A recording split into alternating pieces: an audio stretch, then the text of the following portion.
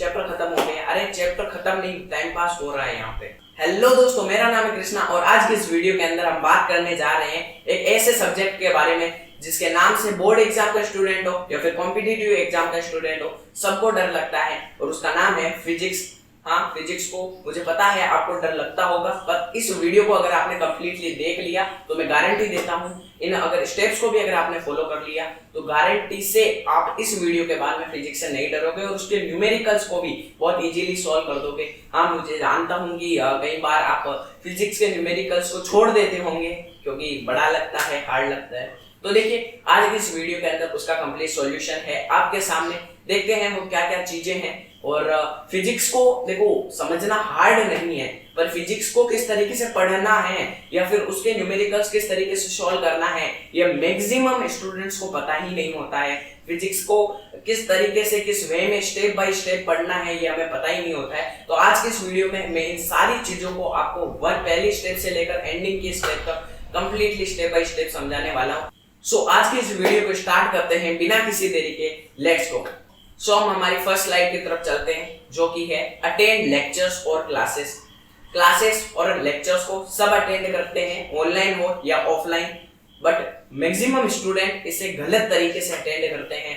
कुछ स्टूडेंट तो बेड पर लेटे लेटे इसे अटेंड करते हैं और उससे तो मैं अटेंड नहीं, उसे तो टाइम पास कहूंगा क्योंकि काफी बार क्या हो जाता है कि हम जब लेक्चर्स और क्लासेस देख रहे होंगे तो हमें नींद आ जाती है। तो अगर आपके टीचर्स अच्छे से पढ़ा रहे हैं तो उसे सबसे पहले अच्छे से पढ़ो, ये आपकी जिम्मेदारी है। चलिए सेकंड पॉइंट की तरफ बढ़ते हैं और हमारा सेकंड पॉइंट है रीड एनसीईआरटी और एक्सटर्नल बुक्स।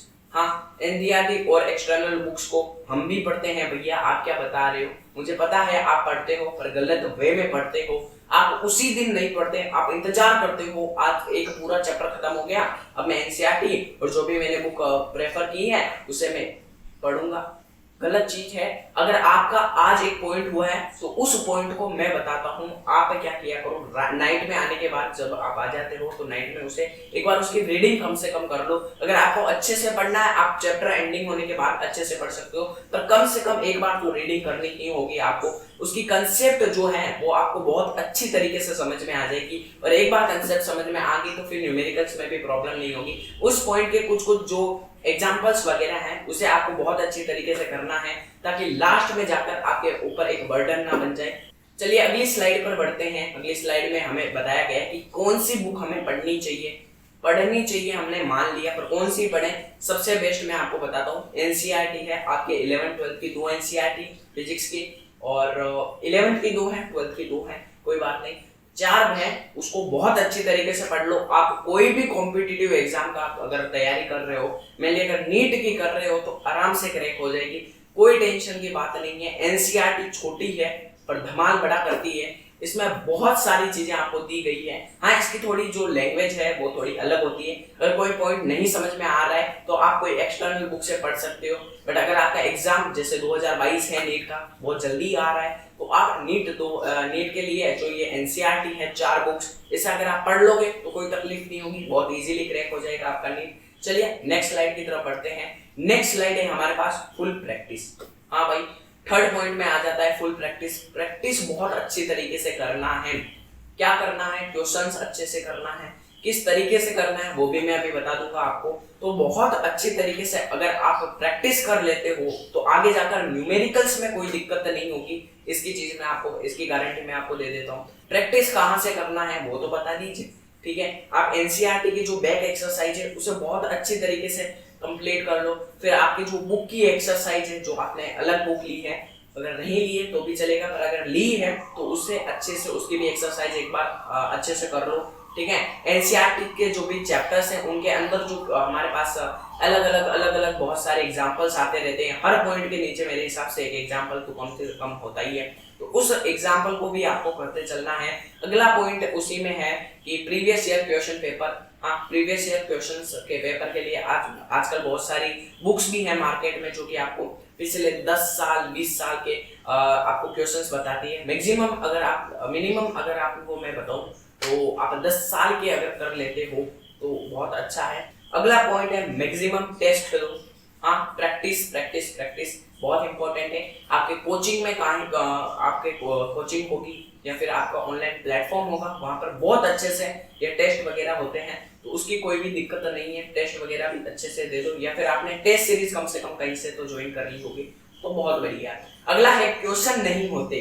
हाँ, फिजिक्स के न्यूमेरिकल्स सबसे हार्ड चीज होती है, मैं इस चीज को जानता हूँ, मैंने भी बहुत फेस किया है, आप भी इस चीज के बारे में बहुत अच्छे से जानते हैं। तो देखते हैं आज कितना ये न्यूमेरिकल हमें तकलीफ देता है, या फिर अब से हम न्यूमेरिकल को तकलीफ देंगे।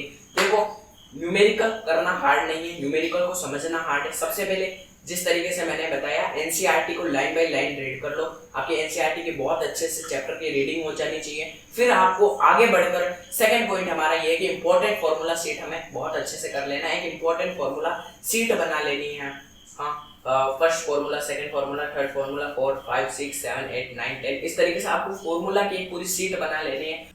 फिर बार बार उसे क्या करो, आप उसे एक बार रिवाइज करना सीखो। आप मैक्सिमम स्टूडेंट बना जरूर लेते हैं, रिवाइज नहीं करते, गलती है। फॉर्मूला जब तक याद नहीं होगा तो क्वेश्चन कैसे सॉल्व होने वाला है। फिर इतना सब कुछ हो गया, फिर क्वेश्चन को फेस करो। क्वेश्चन फेस नहीं करोगे तब तक कुछ नहीं होने वाला। क्वेश्चन के सामने जाके बैठो, क्वेश्चन को बोलो आज को नहीं बचेगा, आज मुझे 1 घंटा लगे, 2 घंटा लगे, 3 घंटा लगे।